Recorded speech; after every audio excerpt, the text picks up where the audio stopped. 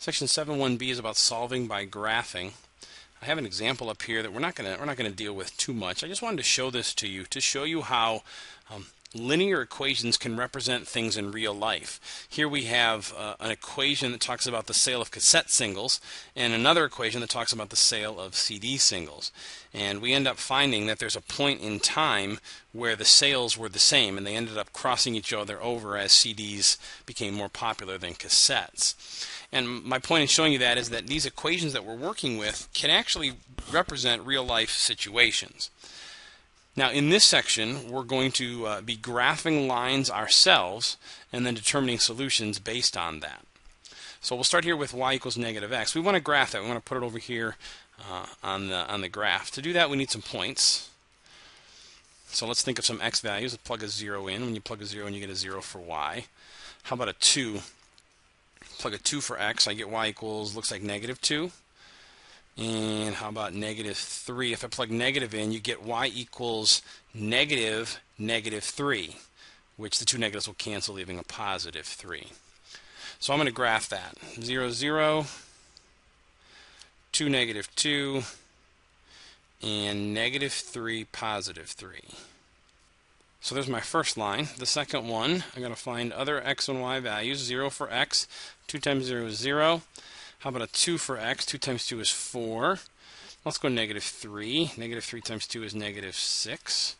So I'm going to graph that. We'll do that in green.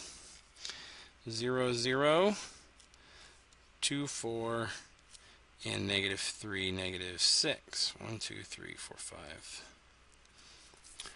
So those are my two equations that I graphed. Unlike in the last section that we did, we were given the graphs already for us. Now we have to draw the graphs for ourselves. So here you go. Where do they cross? Well, it looks to me like they cross right here at this point. So we would say that this system has one solution, but there's an added instructions here. It says if it has one solution, we have to name it. So it looks to me like our one solution is 0, 0. Now the only way to be sure of that is to look and see if it works into both equations. Well, it does, because as you see, it works here and here, so we've proved that. So this has one solution, this system, and the point is 0, 0, which means 0, 0 will satisfy both equations. Here's a system of equations, two linear equations. I have to graph them and tell how many solutions. I find it easiest to graph if you isolate the y, so I'm going to do that. Y equals negative x plus 4. Now I'll use a table of values. Plug a 0 in for x, you get a 4. Plug a 2 for x, so negative 2 plus 4 is 2. How about a negative 1? So that'll be y equals negative 1, which will be a positive 1 plus 4 is 5. So I will graph this first one. So there's the first graph. Second graph, isolate the y by subtracting x. So y equals negative x plus 1. Some table of values. 0, 1, 2, so that's a negative 2. Negative 2 plus 1 is negative 1. And then how about a negative 2? So y equals negative already there. Negative 2 I plug in. That's positive plus 1 is 3. So let's graph those. So there's my graph of the two. So now how many solutions are there? It appears as if these are parallel, and when they're parallel we say no solutions.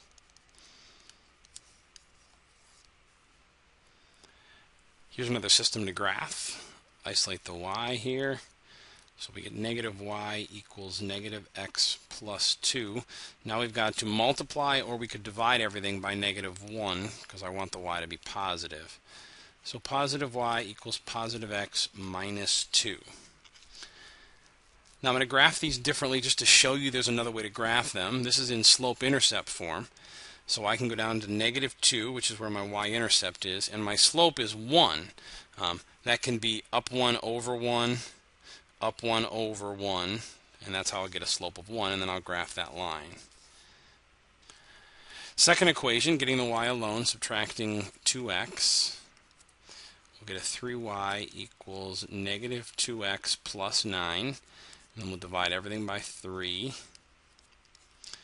So y equals negative 2/3 x plus 3. I'll use slope and intercept again just to be consistent. So intercept is 3. Slope is down 2 to the right 3. Down 2 to the right 3. And I'll graph that. So that's what my graph looks like. It appears as if these cross in one place right there. So I'm going to try that point. One thing about graphing is sometimes graphing, especially if you don't have a computer like this and you're doing it on paper, it's not perfect. You have to be very neat, and if you're not, you might make a mistake. So I'm going to guess and say that this has one solution, and I'm going to guess that that solution is 3, 1. But what you have to do is you have to try 3 and 1 to make sure that they work. So let's go up here. 3 is my x. 3 minus 1, does that equal 2? Yep. And then over here, 1 is my y, plus 3 is my x. So this is 3 plus 6. Is 3 plus 6 equal 9? Yep. So the one solution, 3, 1, is correct.